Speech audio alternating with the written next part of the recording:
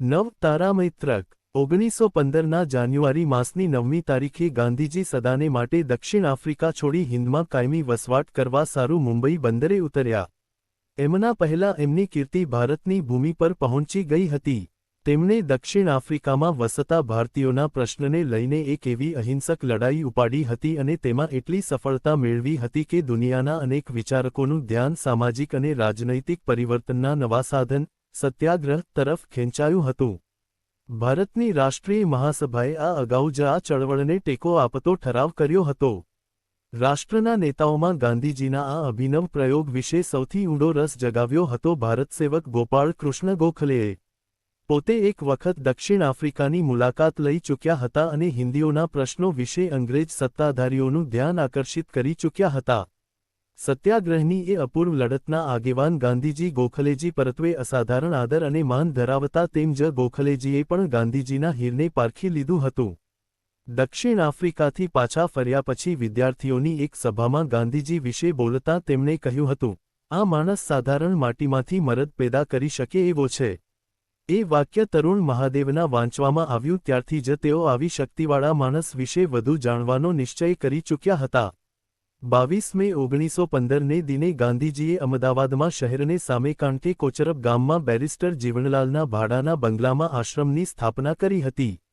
આશ્રમને સત્યાગ્રહ આશ્રમનું નામ તો પાછળથી અપાવવાનું હતું અને આખા દેશમાંથી સત્યાગ્રહની તાલીમ લેવા આવનાર કાર્યકર્તાઓ તો મોટે ભાગે એ આશ્રમ સાબરમતી નદીને એ જ પશ્ચિમ કાંઠે કોચરબથી આશરે 6 કિલોમીટર ઉત્તરે દુધેશ્વર પાસે બંધાયો ત્યારે આવવાના હતા. પણ ગાંધીજીએ આશ્રમની સ્થાપનાની સાથે જ એનો આધ્યાત્મિક પાયો નાખવાનું કામ શરૂ કરી દીધું હતું.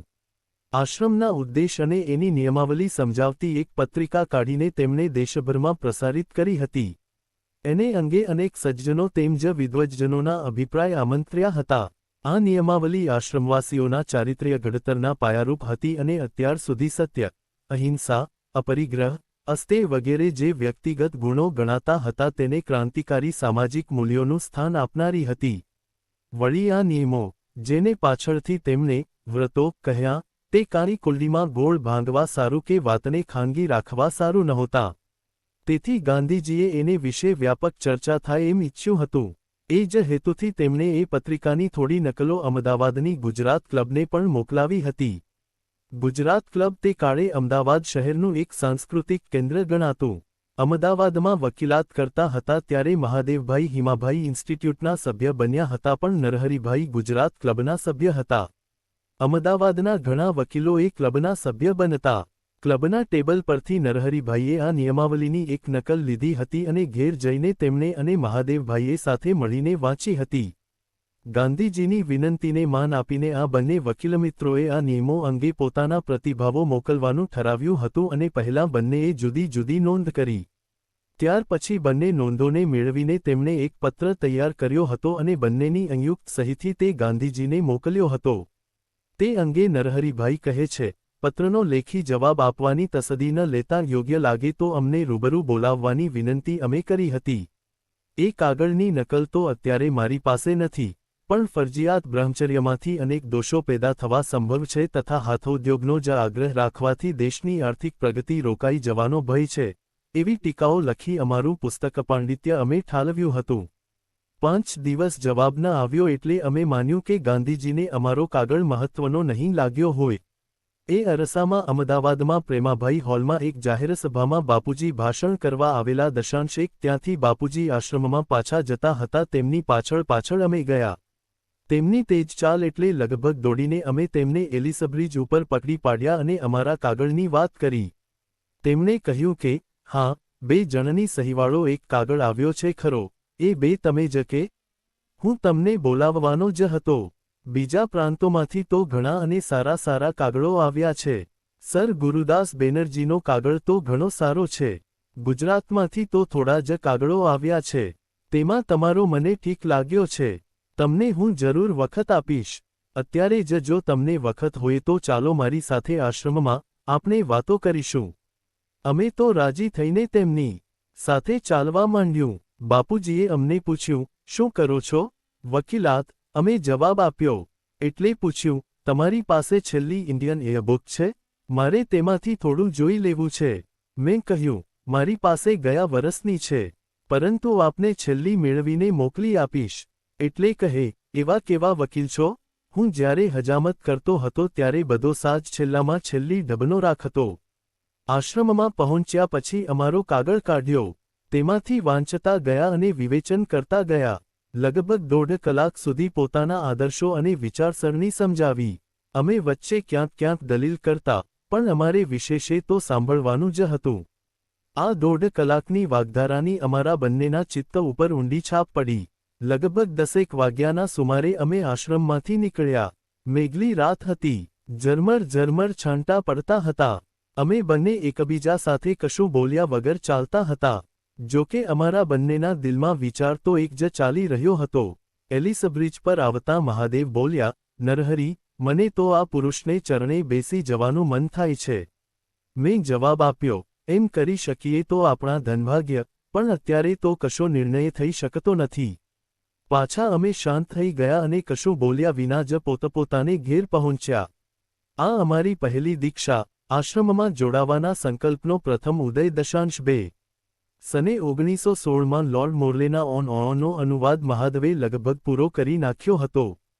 તે છપાવતા પહેલા મોર્લેની પરવાનગી મેળવવી જોઈએ. પરવાનગી મેળવવાના કાગળનો મુસદ્દો મહાદેવે તૈયાર કર્યો અને મને કહે કે, લોર્ડ મોર્લે જેવાને કાગળ લખવાનો, માટે આપણે ઇંગ્લન્ડની રીતભાત અને શિષ્ટાચારના જાણકાર એવા કોઈ તાજા ઇંગ્લન્ડ જઈ આવેલાને આ કાગળ બતાવીએ તો ઠીક. મેં કહ્યું, બીજા કોઈને બતાવવા કરતાં ગાંધી સાહેબ, અમે તે વખતે એમને ગાંધી સાહેબ કહેતા, ની પાસે જ શું કામ ન જઈએ? અમે તો કાગળ લઈને આશ્રમમાં ગયા. મહાદેવે ના અનુવાદને લગતી બધી હકીકત કહીને પેલો કાગળ બાપુજીને બતાવ્યો. કાગળ વાંચીને કંઈક દુઃખ સાથે એ બોલ્યા, અંગ્રેજો આપણને ખુશામતખોર અને સ્વરાજ્યને માટે નાલાયક કહે છે તે કંઈ અમસ્તા કહે છે?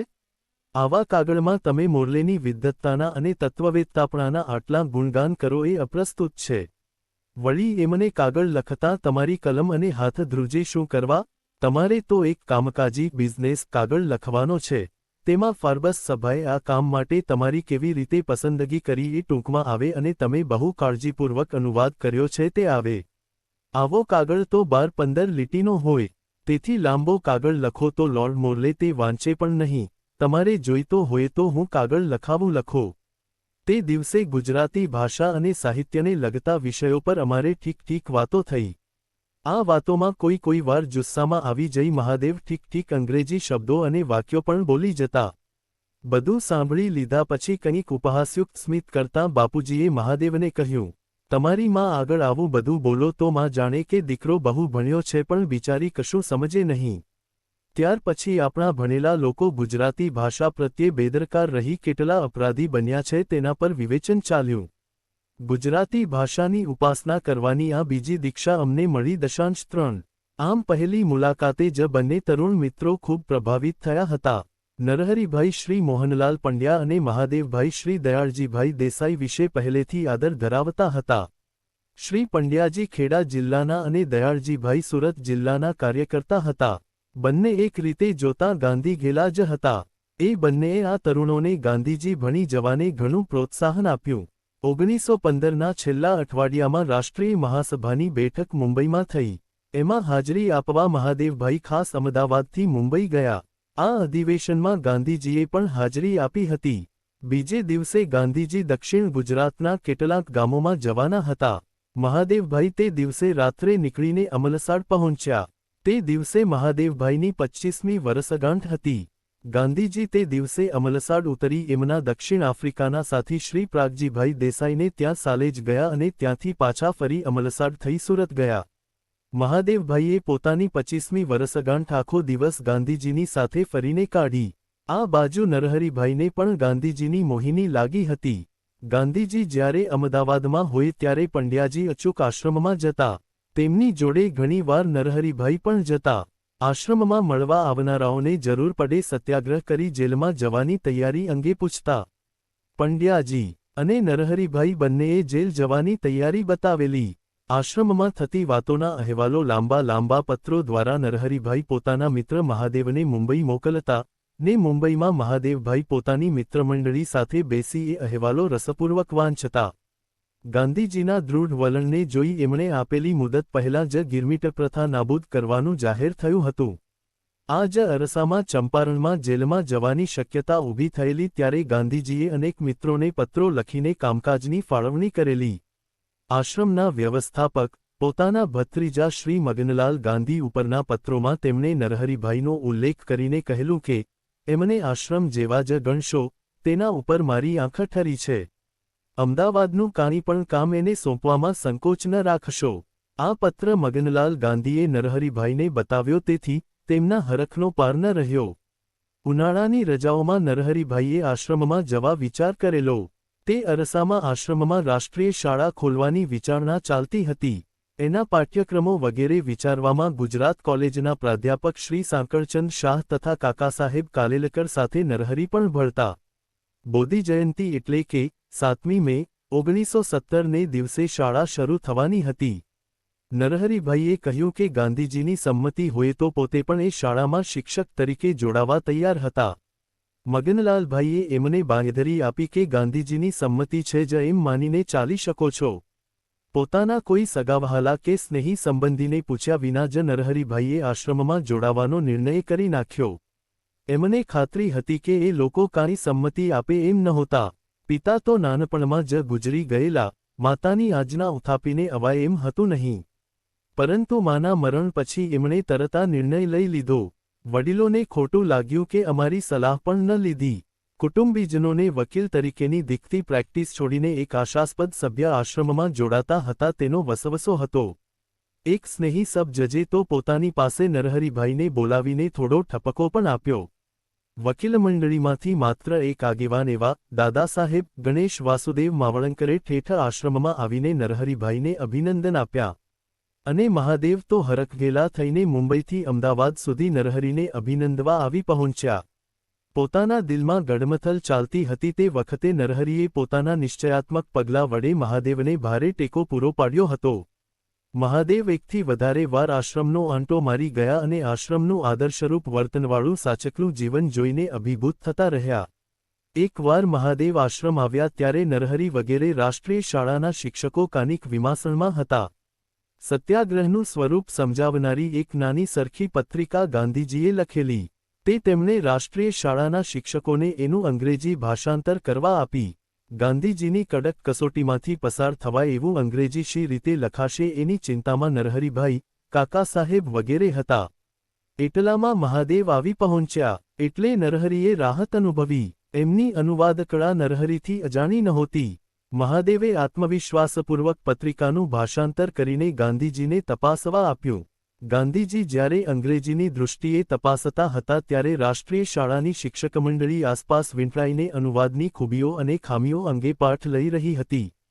તે પ્રસંગ અંગે નરહરિભાઈ કહે છે, આ અનુવાદ ગાંધીજી સુધારતા હતા તે વખતે મહાદેવભાઈએ તે વિશે તેમની સાથે ઠીક ચર્ચા કરી.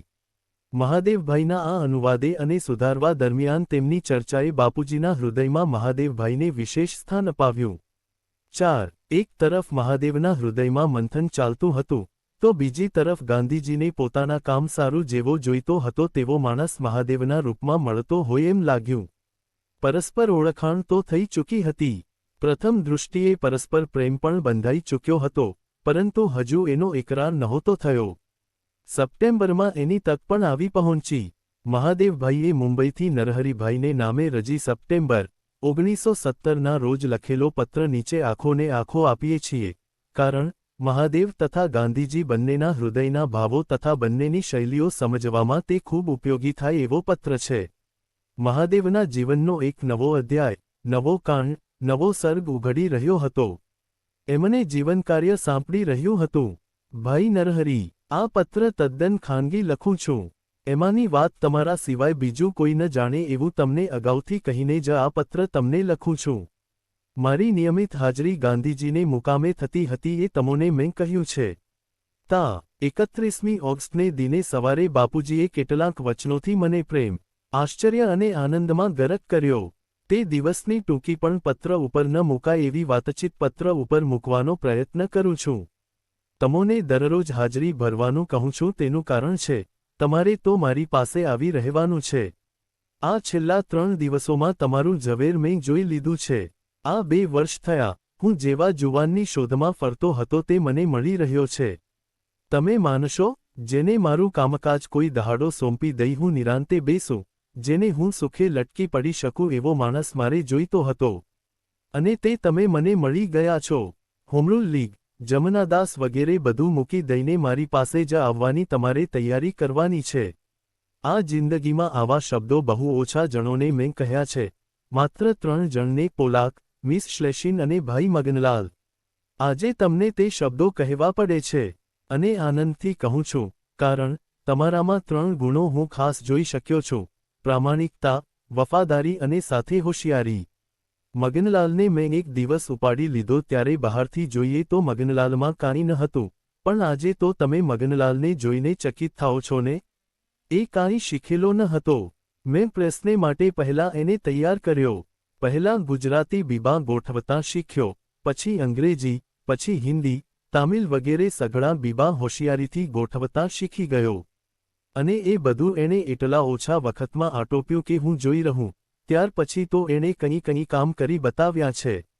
પણ મગનલાલની વાત તો કોરે રહી. તમારામાં જે હોશિયારી મેં જોઈ છે તે મગનલાલમાં નથી જોઈ.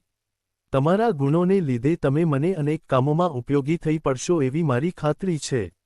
આ બધું હું કંઈક આશ્ચર્ય, કંઈક શરમ અને સંપૂર્ણ મૌનથી સાંભળી રહ્યો હતો. મારાથી વચ્ચે બોલાઈ ગયું કે, મેં કંઈ મારું કરેલું કામ બતાવ્યું નથી. તેના ઉત્તરમાં હવે પછીનું બોલાયું: તમને શું ખબર પડે, હું તો બહુ ઓછા વખતમાં માણસને જોઈ શકું છું. પોલાકને 5 કલાકમાં પારખી લીધેલા. છાપામાં મારો એક પત્ર વાંચી પોલાકે મને એક પત્ર લખ્યો અને મળવા આવ્યો ત્યારે જ મેં એને જોઈ લીધો અને પછી તો એ મારો થઈ ગયો. એ પરણ્યા અને વકીલ થયા તે પણ મારે ત્યાંથી. પરણતા પહેલાં મને કહે કે મારે થોડું કમાઈ લેવું જોઈએ. બચ્ચાં છોકરા સારું. મેં તેને સ્પષ્ટ કહ્યું કે હવે તું મારો છે. તારી ચિંતા અને તારા બચ્ચાં છોકરાની ચિંતા મને છે. હું તને પરણાવું છું અને તું પરણે એમાં કંઈ વાંધો નથી. અને પછી મારા ઘરમાં જ એના લગ્ન થયેલા. વારું, એ વાત તો થઈ રહી, પણ હવે તમને કહું છું કે તમે હોમરૂલ તથા જમનાદાસની વાત છોડી દો. હૈદરાબાદ જાઓ, એકાદ વર્ષ ખેલી ખાઓ, જગતની મજા ભોગવો અને ધરાઈ લો. હૈદરાબાદમાં ગયા પછી જે દિવસે અને જે ઘડીએ તમને ત્યાં તમારાપણું જતું લાગે તે જ ઘડીએ રાજીનામું આપી ચાલતા થવું અને મારી પાસે આવીને બેસવું. એટલે મેં કહ્યું કે, હું તો આજે પણ આવવા તૈયાર છું. તમે તૈયાર છો એ હું જાણું છું. પણ તમે હજી જરાક જિંદગી જુઓ અને ખેલ ખેલી લો એવો મારો તમને આગ્રહ છે. તમારા કોઓપરેશનના જ્ઞાનની પણ મને જરૂર પડશે. આપણે તો એ ખાતાનો ખોડો કાઢવો છે. બિલકુલ નિશ્ચિત રહો અને થોડો વખત ખેલી લઈ મારી પાસે જ આવી રહો. શાળાને માટે કે બીજા કામને માટે નહીં, પણ મારે પોતાને માટે તમારી જરૂર છે. તમે 1 વર્ષ 6 માસ ખેલી લો તેટલો વખત હું ચલાવી લઈશ. લગભગ અડધો પોણો કલાક આ અમૃત હું પીધા કરતો હતો. એટલામાં લોકોની મેદની થવા લાગી અને અમારી ખાનગી વાત બંધ થઈ ગઈ. હાજરી તો હું ભરું છું અને આજે રાત્રે પાલગઢ સુધી તેમની સાથે પાછા જવાનો વિચાર છે. શંકરભાઈને માટે ફળ એમણે આટલી મમતા બતાવ્યા પછી એમની સાથે મોકલવામાં મને કંઈ ખોટું લાગતું નથી. આજે સવારે મેં એમને કહ્યું કે બેન્કર મારી સાથે બહુ ખીજાયા છે. એટલે પૂછ્યું, કેમ ભલા? મેં જવાબ આપ્યો, મેં પરમ દિવસનો નિશ્ચય કર્યો તેથી. બાપુએ કહ્યું, ત્યારે એમનો ખીજવાટ ખમી લો. ખમી લીધે જ છૂટકો છે. એટલે મેં કહ્યું, એમનું કહેવું એવું છે કે તમે હૈદરાબાદ ન જતા હો અને અહીં જ રહેવાના હો તો બેંકના કરતાં હોમરૂલ લીગમાં તમને આવવા દેવામાં ગાંધીજીને શો વાંધો હોય? એટલે મેં કહ્યું કે, મારે બદલે ઓર્ગેનાઇઝિંગ વર્ક કરનારો બીજો તમને મળી રહેશે. ત્યારે મને કહે કે, ના, બીજો તમારા જેવો ના મળે. મારી સ્થિતિ કંઈક કફોડી છે. એ લોકો હું મારી જેટલી કિંમત કરું છું તેના કરતાં વિશેષ કિંમત કરે છે. એટલે બાપુજીએ ટૂંકમાં પતાવ્યું, લોકો આપણી કિંમત કરે તે આપણે સ્વીકારી લઈએ તો મરવાનો જ વારો આવે. ભલે તેઓ તેમ કહેતા, તેની સાથે તમારે લેવા દેવા નથી. તમે મુંબઈ રહો તે દરમિયાન સાંજે 2 કલાક એમને એમ લીગને સેવા આપી એટલું બસ છે. આવી સ્થિતિ છે. પત્ર લાંબો થઈ જાય છે, પણ આ વાતો તમને નહીં કહું તો કોને કહું? પત્ર વાંચીને મને પાછો મોકલી આપજે. કારણ કે જે શબ્દો પત્રમાં મેં બાપુજીના લખ્યા છે તે લગભગ જેમના તેમ છે. કાળ જતાં તે ભૂલાઈ જાય કદાચ. મારા પિતાને કે બીજા કોઈને મારે હોમરૂલમાં જોડાવાનો નિશ્ચય બદલવાના કંઈ કારણ જણાવ્યા નથી. આ વાતો એવી છે કે પત્રોમાં જણાવીએ તો બેવકૂફી કહેવાય. કોઈ દિવસે પત્ર પિતાને અને ગિન્નીને વંચાવું ખરો. 300 રૂપિયા આપો તો આવું એવો તાર મેં હૈદરાબાદ કરેલો તેનો જવાબ આવ્યો નથી. હૈદરાબાદ ન જાઉં તો બાપુજી કહે ત્યાં સુધી અહીં બેંકમાં જ રહીશ અને થોડા વખતમાં મુંબઈમાં ઘર લઈશ. બાપુજી બોલાવે ત્યારે જવાની અત્યારથી તૈયારી કરવા માંડવાની છે. તૈયારી મોટી સાધન સંપત્તિની. હરી મને સામર્થ્ય આપો. ગોખલેજીનું ભાષાંતર કાલથી શરૂ કરીશ. માત્ર સવારે જ થોડું થોડું થશે. કારણ સાંજના 2 કલાક તો હોમરૂલના છે. ગિન્ના હવે સારા થયા હશે. લી તમારો મહાદેવ. વળી તાજા કલમમાં મહાદેવ ઉમેરે છે. જે જિંદગીને નકામી માની કેટલીકવાર કંટાળતો તેને હવે જીવવા જેવી, વર્થ લિવિંગ માનવા જેટલી શ્રદ્ધા મનમાં આવી છે. જોકે બાપુજીએ જે મને આટલું બધું કહી શરમમાં દબાવ્યો છે તે તો હું મારે વિશે માનવાને હજી અશક્ત છું. માત્ર એટલું જ કે એવું સર્ટિફિકેટ મને જિંદગીમાં કદી મળ્યું નથી, કદી મળનાર નથી. ભવિષ્યમાં કંઈ કામનો હું નિમિત્ત થાઉં અને જગત મને પ્રશંસે તો પણ આ અંતરના ઉદ્ગારો મારા અંતરનો અને જિંદગીભરનો ખજાનો છે. 5. ગાંધીજીના આ પ્રેમાક્રમણથી મહાદેવભાઈનો મૂંઝારો ઓર વધી ગયો. એક તરફથી ગાંધીજીએ પોતાની પ્રત્યે દર્શાવેલા વિશ્વાસથી તેઓ પોતાની જાતને ધન્ય માનતા હતા અને એમની આજ્ઞાને અમલમાં મૂકવા એમના ઘટના ઘોડા થનગની રહ્યા હતા. બીજી તરફથી પિતાશ્રીની નિવૃત્તિ પછી કુટુંબના યોગક્ષેમની વ્યવસ્થા કરવાનો પ્રશ્ન હતો. પિતાની આજ્ઞા લેવાનું તો હજી બાકી જ હતું. પુત્રવિયોગે પિતા કેવા ઝૂરશે એની કલ્પના સંવેદનશીલ મહાદેવને હતી.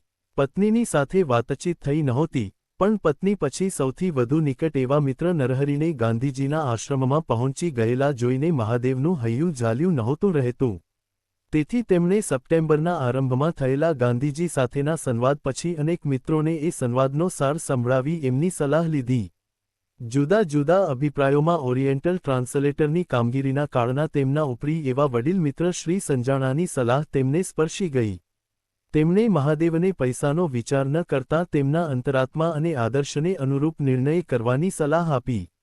નરહરિભાઈ ઉપરના પત્રમાં છેવાડાના ભાગમાં આપણે જોયું કે મહાદેવ કહે છે કે જે જિંદગીને નકામી માનીને કેટલીકવાર કંટાળતો તેને હવે જીવવા જેવી, વર્થ લિવિંગ માનવા જેટલી શ્રદ્ધા મનમાં આવી છે.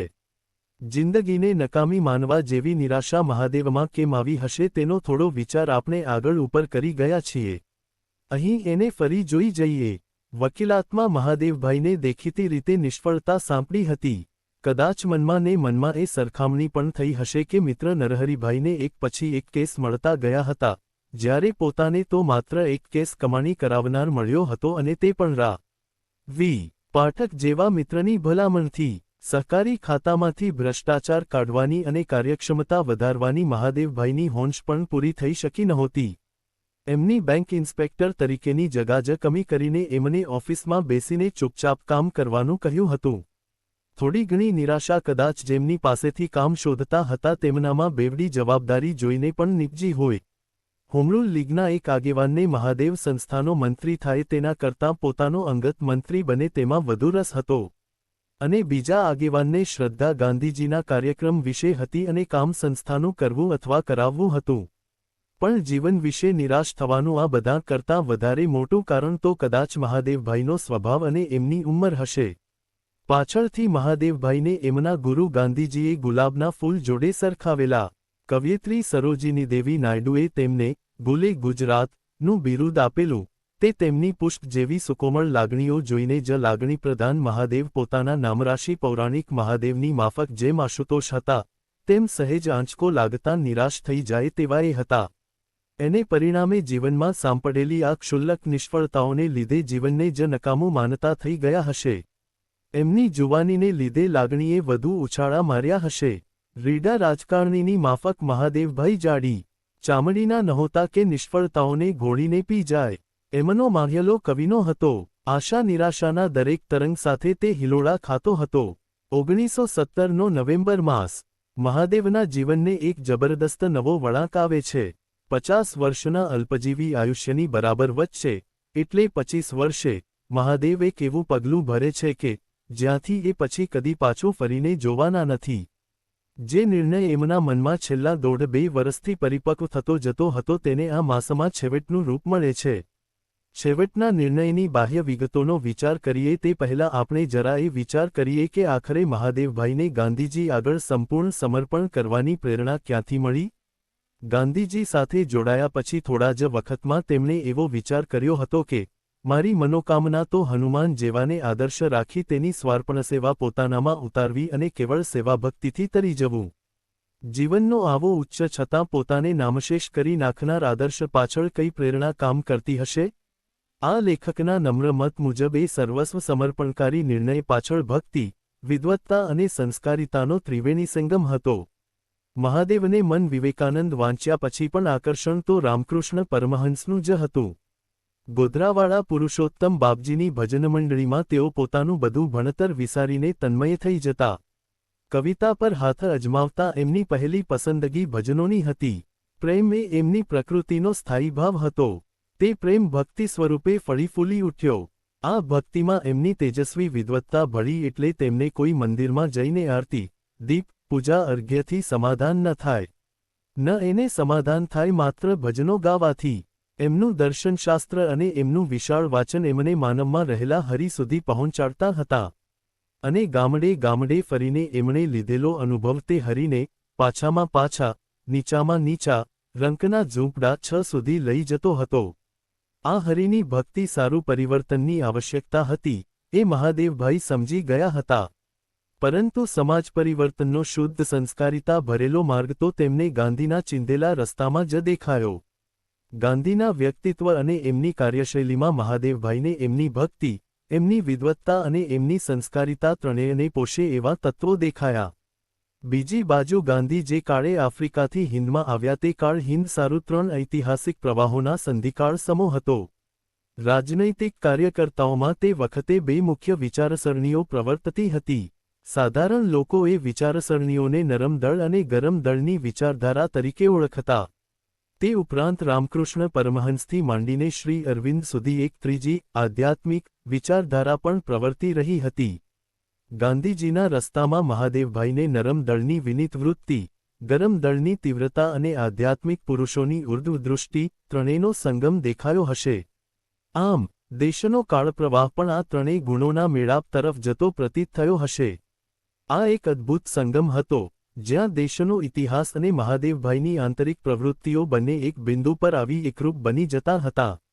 ગાંધીજીએ મહાદેવમાં 3 ગુણો ખાસ જોયા હતા: પ્રામાણિકતા, વફાદારી અને હોશિયારી. મહાદેવભાઈની સંસ્કારિતા માત્ર ઉપરછલ્લી દેખાવ પૂરતી નહોતી. એ સંસ્કારિતાનો પાયો તેમની ઈમાનદારી ઉપર ઊભો હતો. એમની વફાદારી ઠેઠ ભક્તિ સુધી પહોંચી હતી, અને એમની હોશિયારી એમની વિદ્વત્તામાંથી નિપજેલી હતી. ત્રણેય ગુણોએ તે કાળનો ઐતિહાસિક સંગમ, વિનીતતા, તીવ્રતા અને આધ્યાત્મિકતાને એક કરતો સંગમ, જ્યાં મૂર્તિમંત થતો હતો તે ગાંધીજીના વ્યક્તિત્વ અને તેમના સત્યાગ્રહમાં પૂર્ણપણે સમાહિત થઈ જાય તો તેને એક અકસ્માત નહીં, પણ ઐતિહાસિક ઘટના જ ગણવી પડશે. જે અધૂરો યોગ પૂરો કરવા મહાદેવે જન્મ લીધો હતો તે યોગ અહીં પરિપૂર્ણ થતો હોય એમ જણાતું હતું. આ વિશ્લેષણ સાથે એક બીજી એવી જ ઘટનાનો વિચાર કરી લેવો જોઈએ. તે કાળે દેશમાં દેશભક્તિ અને બ્રહ્મજિજ્ઞાસા 2 એવા પ્રેરક તત્વો હતા કે જેની ખાતર પ્રતિભાશાળી યુવકો પોતાનું સમગ્ર જીવન સમર્પણ કરવા તૈયાર થઈ જતા. ગાંધીજીમાં માત્ર મહાદેવને જ નહીં પણ બીજા પણ અનેક પ્રતિભાશાળી તરુણોને આ બંને પ્રેરણાઓનો મેળાપ દેખાયેલો. એટલે જેમના હૃદયમાં આ બંને પ્રેરણાઓનો ધક્કો લાગ્યો હતો તેવા અનેક તરુણો મોહનની મોરલીથી મોહેલા ગોપગોપીઓ અને ગોવાળોની જેમ ગાંધીજીના સત્યાગ્રહમંત્ર ભણી આકર્ષાયેલા. વિનોબા, કિશોરલાલભાઈ, કાકા સાહેબ, સ્વામી આનંદ, નરહરિભાઈ, પ્યારેલાલ વગેરે અનેક સાધકોને ગાંધીના સત્યાગ્રહમાં રાજનૈતિક અને આધ્યાત્મિક મુક્તિના મેળા વર્તાયેલા.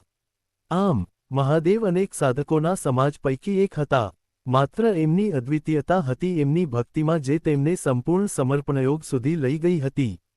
1 સપ્ટેમ્બરના આરંભમાં થયેલા વાર્તાલાપને અંતે ગાંધીજીએ મહાદેવને 1 વર્ષ 6 માસ ખેલી લેવાની સલાહ આપેલી અને એમ પણ કહેલું કે તેટલો વખત હું ચલાવી લઈશ.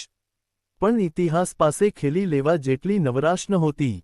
16 સપ્ટેમ્બર 1917 પહેલા એટલે કે મહાદેવભાઈએ નરહરિભાઈને પેલો ચિરસ્મરણીય પત્ર લખ્યો તેના લગભગ 2 અઠવાડિયા પછી શ્રી સત્યાનંદ બોઝને નામે લખાવેલો ગાંધીજીનો પત્ર મહાદેવભાઈના અક્ષરોમાં છે. એટલે કે વિધિપૂર્વક નહીં તો અવિધિપૂર્વક ગાંધીજીએ મહાદેવ પાસે સચિવ તરીકેનું કામ લેવા માંડ્યું હતું. પરંતુ એમ તો ગાંધીજી પોતાને કોઈ મળવા આવે તો તેની પાસે પણ કામ લેતા ક્યાં અચકાય એવા હતા. પણ નવેમ્બરની 2જી તારીખે એટલે કે બરાબર 2 માસ પછી મહાદેવભાઈ ગાંધીજીને ગોધરાની રાજકીય પરિષદમાં જઈને મળ્યા છે. ગાંધીજી સાથે જોડાવું છે એવા વિચાર સાથે દુર્ગાબહેનને પણ લીધા હતા. પણ ગોધરામાં ગાંધીજી, તમે બંને થોડો વખત મારી સાથે ફરો, પાકો નિર્ણય પછી કરજે કહીને બીજા થોડા દિવસ આપે છે. પણ એમની સાથે ચંપારણ ગયા પછી પિતાની રજા લેવા મહાદેવ દિહેણ જાય છે ત્યારે તો ગાંધીજી એમની કાગના ડોળે વાટ જુએ છે. અને નવેમ્બર મહિનો પૂરો થાય તે પહેલાં 24મીએ તો મહાદેવ ગાંધીજીને ફરી આવી મળે છે. ત્યારે તમે ખેલી ખાધું કે પાકો નિર્ણય કરી લીધો કે એવા પ્રશ્ન પૂછવાની ગાંધીજીને કે એને અંગે ચોખવટ કરવાની મહાદેવભાઈને જરૂર નથી જણાતી. ચંપારણની થોડી વધુ વાતો આપણે આગળ ઉપર કરીશું. અહીં દિહેણની વાત કરી લઈએ. મહાદેવની દિહેણની 1917ની મુલાકાત પિતાની અનુમતિ લેવા સારું જ હતી. પોતાના ભાવિ વિશેના વિચારો જેટલી સરળતા અને ઉત્સાહથી નરહરિને લખાઈ જતા તેટલી છૂટ પિતાશ્રી સાથે નહોતી. મહાદેવભાઈ જાણતા હતા કે 31 વર્ષની ઉંમરે જે દીકરો એમને ઘેર અવતર્યો હતો તેને વિશે હરિભાઈને વિશેષ મમતા હતી. એ મમતાને લીધે એક બાજુ એમનાથી દીકરાનો વિયોગ સહન થાય એમ નહોતો. બીજી બાજુ દીકરાની લાગણી દુભાએ પણ પિતા કદી ઈચ્છે એમ નહોતા. પિતા પાસે એ વાત કરતા શરૂઆતમાં તો જીભ થોથવાઈ હશે, પણ પાસો ફેંકાઈ ચૂક્યો હતો. ગાંધીજીએ પાછળથી પાકો નિર્ણય કરીને કહેવાની છૂટ ભલે રાખી હોય, પણ પોતા તરફે તો નિર્ણય પાકો થઈ ચૂક્યો હતો. એટલે પિતાશ્રીને વાત કહ્યા વિના છૂટકો નહોતો. હરિભાઈનું વાચન આમ તો વિશાળ હતું, એટલે ગાંધીજીની પ્રવૃત્તિઓથી તેઓ અજાણ નહોતા. ગાંધીજી પ્રત્યે એમના મનમાં માન પણ પુષ્કળ હતું. પણ પુત્ર એમની સાથે રહેવા ચાલ્યો જશે એની એમને કલ્પનાએ નહોતી. મહાદેવ પછી ઘણા વર્ષે ઈચ્છાબહેનને પેટે જન્મેલ બીજા દીકરા ઠાકોર ઉર્ફે જનાર્દનનું મૃત્યુ તે જ વર્ષે પ્લેગના રોગમાં 3 જ દિવસની માંદગીમાં થયેલું. એનો ઘા તો હજી રૂઝાયો પણ નહોતો. ત્યાં મહાદેવ સંન્યાસી થવા બેઠો એમ તેમને લાગ્યું હશે. નિવૃત્ત થયા પછી ઘર ચલાવવા સારું ઝાઝી આવક રહી નહોતી. પણ એનો વિચાર તેમણે નહોતો કર્યો. વળી મોટો દીકરો સારી પેઠે કમાઈને હવેલી બંધાવશે એવી વાત પણ એમણે મનમાં નહોતી આવવા દીધી. પિતાની આર્થિક સ્થિતિની વાત તો મહાદેવના મનમાં વધારે આવતી હતી. પિતાને મુખ્ય ચિંતા તો એ હતી કે મહાદેવ ફૂલ જેવો કુમળો છે, અને ગાંધીજીની સાથે કામ કરનારાને તો આકરું જીવન જીવવું પડે, એ એનાથી શી રીતે ખમાશે? પિતાની નામરજી જોઈને મહાદેવે પણ વિચાર કર્યો કે મન મારીને અહીં જ બેઠા રહીશું, પણ એમની રજા વિના તો ગાંધીજી પાસે જવું જ નથી. પેલી બાજુ ગાંધીજીએ મહાદેવ અને દુર્ગાને લેવા સારું નરહરિને સ્ટેશને મોકલેલા, પણ તેઓ કોઈને લીધા વિના પાછા ફર્યા ત્યારે ગાંધીજી પાસે તાર જોયો કે મહાદેવ આવી શકે એમ નથી. નરહરિભાઈથી ઓછી નિરાશા ગાંધીજીને નહીં થઈ હોય, પણ એ શાંત રહ્યા. સમાજસેવાના કામમાં આવા તો કાનિકાશા નિરાશાના ઝોલા ખાવા પડે એમ માનીને શાંત રહ્યા. પણ પેલી બાજુ મહાદેવભાઈના મનમાં જરાયે શાંતિ ક્યાં હતી? એમનો ચહેરો જ એટલો પારદર્શક હતો કે એમની બધી વેદના વ્યક્ત કરી દેતો. પુત્રવત્સલ પિતાથી પુત્રની આ વેદના શી રીતે સહન થાય? બીજે જ દિવસે એમણે ગાંધીજી પાસે જવાની રજા આપી. ફતેહ કરો એમ કહીને મહાદેવે ગાંધીજીને બીજો તાર કર્યો અને દુર્ગાને લઈને ચંપારણમાં ગાંધીજી પાસે ઉપસ્થિત થયા. બરાબર 25 વર્ષની સાધના પછી 25 વર્ષનો યજ્ઞ શરૂ થયો. નોંધ 1. આ ભાષણ 4 થી 9/15 ને રોજ થયેલું, તેથી મોહન અને મહાદેવનું મિલન આ દિવસે થયેલું અનુમાની શકાય. 2. નરહરિ પરીખ વે અવ પ્રૂ 69 થી 70. 3. એજન પ્રૂ 68મી 72માંથી. 4. એજન પ્રૂ 77. પ. એજન પ્રૂ 78મી 93. 6. રવિન્દ્રનાથની ગીતાંજલિના એક ગીતનો અંશ. અનુ જુગતરામ દવે. જુઓ વે ગીતો.